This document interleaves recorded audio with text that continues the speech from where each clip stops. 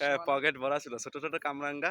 মানে এক পকেটে 10-15টা করে ধরে যাবে। অনেকক্ষণ ধরে খোঁজাখুঁজি করার পর পালাম না, একটা পাইছি। এই যে দেখেন, মানে কামরাঙ্গা এত বড় হয় না হুজুর? এত এরকম বড় হয় সাইজ। আর এখন দেখেন বেবি সাইজ।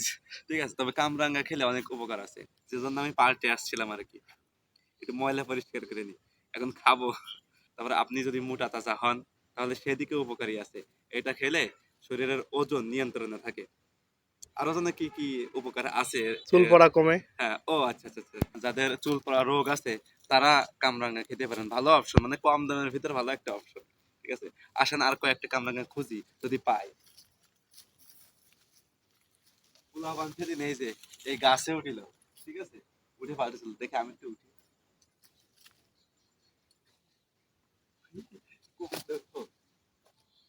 এদিক দিয়ে উঠি।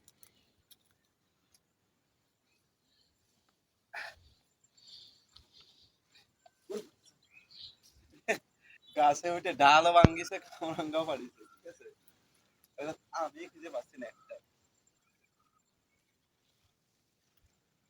এই যে এখন শুধু ক্যাট সাইজের কামরাঙ্গা আছে, যা বড় গুলো ছিল এগুলো সব পোলাপানে পেড়ে ফেলেছে।